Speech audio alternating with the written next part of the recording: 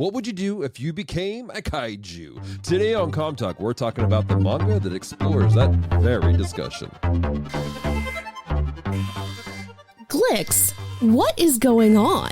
We are receiving a signal from a new area on the planet Geekery. All right, let's see what the planet has for us today. Opening forms in 3, 2, 1.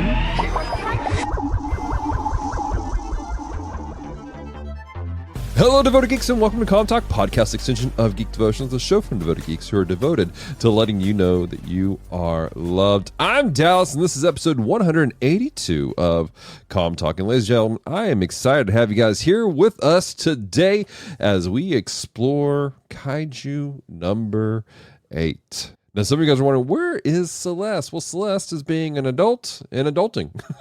She is currently working on her schoolwork right now, and so that's what she's doing. So I'm going to be here with you guys today talking about a really interesting manga that dash anime called Kaiju number 8. Now, I want to put this out there. I have the first issue of Kaiju number 8 somewhere in my house.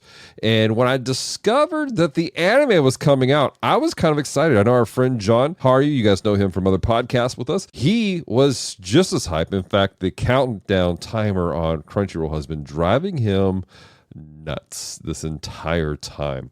But it's a really interesting manga about a gentleman who suddenly becomes a kaiju. And I got really excited about this and had a really great idea of, hey, what if we did a comparison episode, or article rather, where we compared the manga to the anime. So I reached out to some amazing Devoted Geeks, which I reached out to one Devoted Geek, which actually led me to another one named Miss Leah Miller, who is one of our devoted Patreon geeks.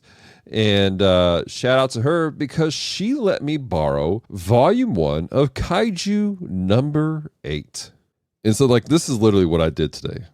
I got up early and I made myself some coffee because, let's be real, that's how I function. And I pulled out the manga and I began to read Kaiju number 8.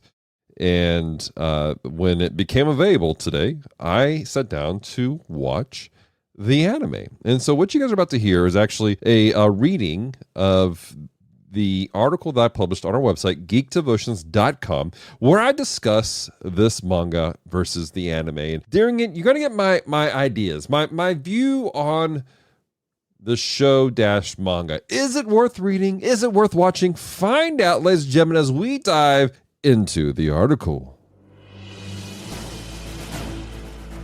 Kaiju attacking cities. A man down on his luck who is suddenly given a second chance to make something of his life in a dramatic series of events where he must hide the reasoning behind his sudden abilities. When you combine these elements, you have the possibility of something dumb or amazing. In the case of Kaiju number 8 by Naoya Matsumoto, I apologize for butchering that name, we get something that not only did well as a manga, but has now been transformed into an anime. What's the difference between the two? Let's talk about it. The manga. Kaiju number 8 was written and drawn by Naoya Matsumoto. The storytelling is a unique balance of drama and comedy. The main character, Kafka, is a man who, at one point, had grand ambitions of being a fierce fighter of kaiju, but ended up being part of the kaiju cleanup team. Naoya Matsumoto did a great job of capturing two unique aspects of Kafka. On the one hand, he is genuinely disappointed that he hasn't achieved his goal. At the same time, it shows that he's still determined to do his best with the situation. He is seen as a hard worker who cares for his job and the people he works with.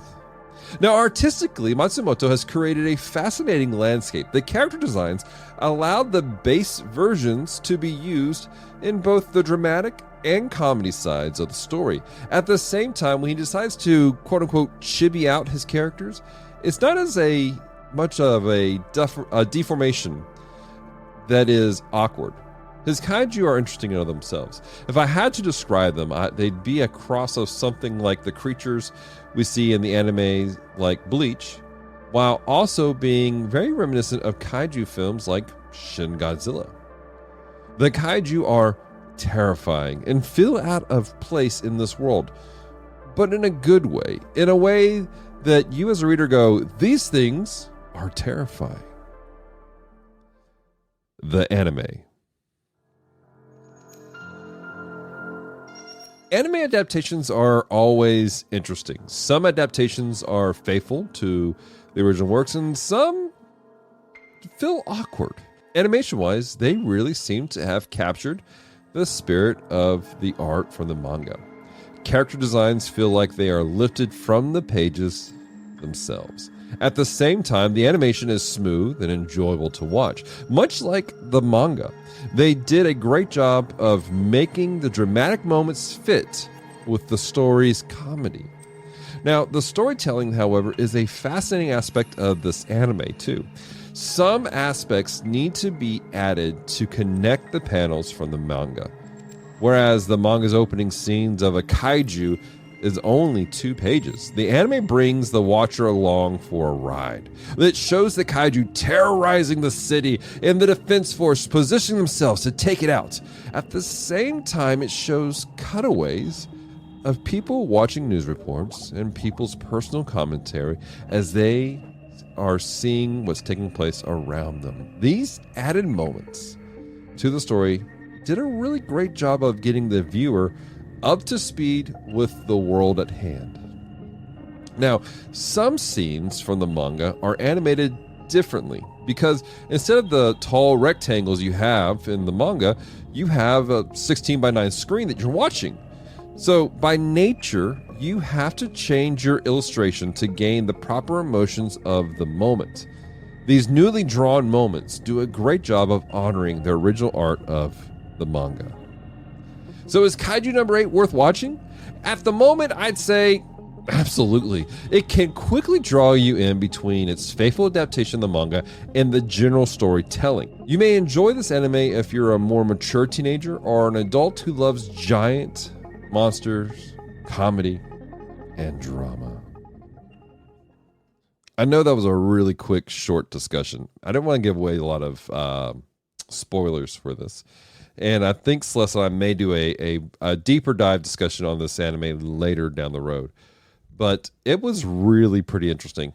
And I want to encourage you guys to go check it out. It's on Crunchyroll right now. There's another manga that's coming out, and we may have a review on it later. I'm not sure. But we did a episode of Geek Devotions on it this past week.